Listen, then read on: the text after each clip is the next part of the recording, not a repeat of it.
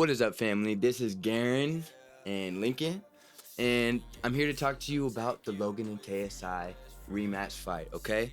Now, keep in mind, I'm a big fan of Logan Paul, and so I'm gonna do a little bit what Mike did on the last impulsive that they dropped after the fight, and I'm gonna play devil's advocate, especially considering that I wanted Logan to win the entire time. Okay, so now that we have that established, I do believe that although Logan dropped a video talking and explaining his side on why he feels like it's okay for him to contest the fight, I do feel that he is being a sore loser, even though it does make sense to contest the fight, okay?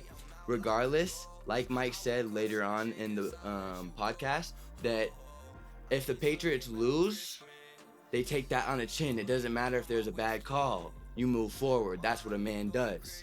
He takes his L with grace. And at first, I thought that's what you're doing. Now, when I see this podcast, it makes me a little bit frustrated. Like, come on, bro. Man up. You took the L, but you worked very hard. You became a new Logan. And that is to be appreciated. Now, when you start being a sore loser, that starts to go down the drain a little bit. Okay? Now, I wrote some notes down, and I want to kind of just continue to give you some of my opinions, especially based off the podcast. Okay, so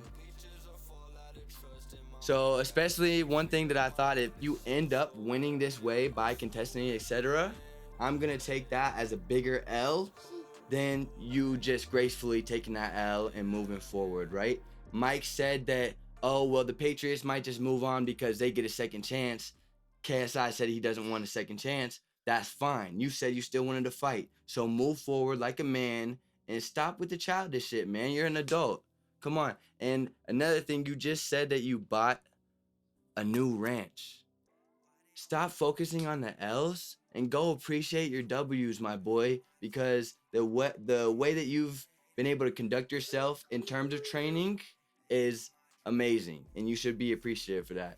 You talked a lot about excuses, right? You had so many excuses. You can have excuses or you can have results. You say, "Oh, I busted my load in a wet dream twice before the fight," right? It doesn't matter if you have that or not. It's just the case of the mental. You were building that semen retention in the mind, okay? So even if that happens, it's okay. It's part of the process.